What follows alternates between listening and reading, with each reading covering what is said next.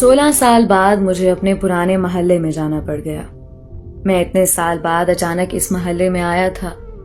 سب کچھ بدل چکا تھا۔ یہ وہ محلہ تھا جہاں میں نے اپنا بچپن، اپنی زندگی گزاری تھی۔ پھر ابو کا تبادلہ ہو گیا اور ہم نے یہ شہر ہمیشہ کے لیے چھوڑ دیا تھا۔ اور آج جب اتنے سال بعد ایک بار پھر اسی محلے میں واپس آیا ہوں تو ایسا لگتا ہے جیسے کچھ بھی پہلے جیسا نہیں ہے۔ میں پرانی گلیوں میں چلتا جا رہا تھا، وہاں کوئی مجھے نہیں جانتا تھا۔ چلتے چلتے ایک پرانے گھر کے سامنے میرے قدم خود بخود رک گئے۔ اس گھر کی ساری دیواریں ٹوٹ چکی تھیں اور دروازہ بھی پرانا ہو چکا تھا۔ اس گھر کو دیکھ کر مجھے بہت کچھ یاد آنے لگا۔ وہ ہمارے پڑوسیوں کا گھر تھا اور میں بچپن اور جوانی میں بھی اکثر ان کے گھر کھیلنے جاتا تھا۔ سچ پوچھیں تو کھیلنا صرف ایک بہانہ تھا۔ میں اصل میں شبانہ کو دیکھنے جاتا تھا۔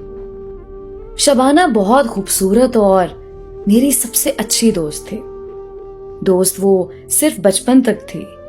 جب میں کچھ بڑا ہوا تو مجھے اسے پیار ہونے لگا تھا۔ وہ بھی مجھ سے بہت پیار کرتی تھی۔ پھر ہم لوگ ہمیشہ کے لیے یہ محلہ چھوڑ کر چلے گئے تھے اور شبانہ یہیں رہ گئی۔ شبانہ کی ایک بہت اچھی دادی بھی تھی جو مجھے بیٹے کی طرح پیار کرتی تھیں اور میں بھی انہیں اپنی سگی دادی کی طرح سمجھتا تھا۔ مگر اب تو کچھ بھی نہیں رہا تھا۔ شاید اس کی شادی ہو گئی ہو اور اب تو اس کے بچے بھی ہو چکے ہوں۔ اتنے سال جو گزر چکے تھے۔ اور اس کی دادی تو اب یقیناً فوت ہو چکی ہوں گی، کیونکہ وہ تو اس وقت بہت بوڑھی اور کمزور تھی اور اب تو اتنے سال گزر گئے اور مجھے اس بات پر بھی یقین نہیں تھا کہ یہ گھر اب بھی انہی کا ہے یا وہ بھی یہ گھر چھوڑ کر چلے گئے تھے۔ پھر بھی بے اختیار میں نے دروازہ کھٹکھٹایا۔ تھوڑی دیر بعد دروازہ کھلا اور جس نے دروازہ کھولا تھا اسے دیکھ کر میری سانس گلے میں اٹکنے لگی۔ میں صدمے اور حیرت سے اسے دیکھے جا رہا تھا۔ وہ شبانہ تھی، بالکل ویسی شبانہ جیسے میں اسے چھوڑ کر گیا تھا۔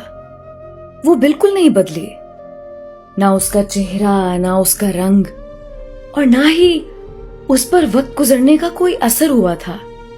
وہ ابھی بھی ویسی ہی خوبصورت اور جوان تھی۔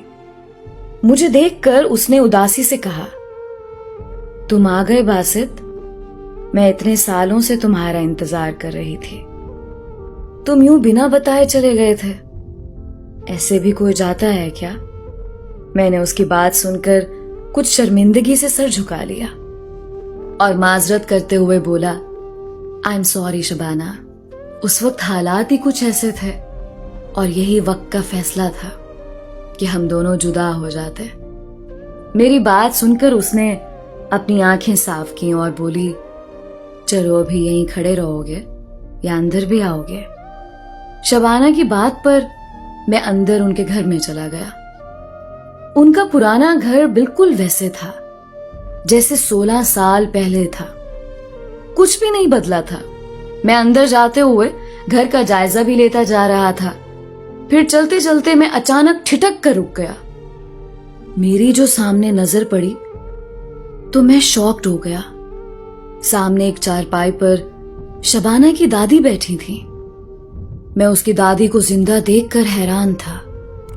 اتنے سال بعد نہ صرف وہ زندہ تھی بلکہ ویسی کی ویسی صحت مند تھی۔ میں آنکھیں پھاڑے انہیں دیکھے جا رہا تھا۔ ایسا کیسے ممکن تھا؟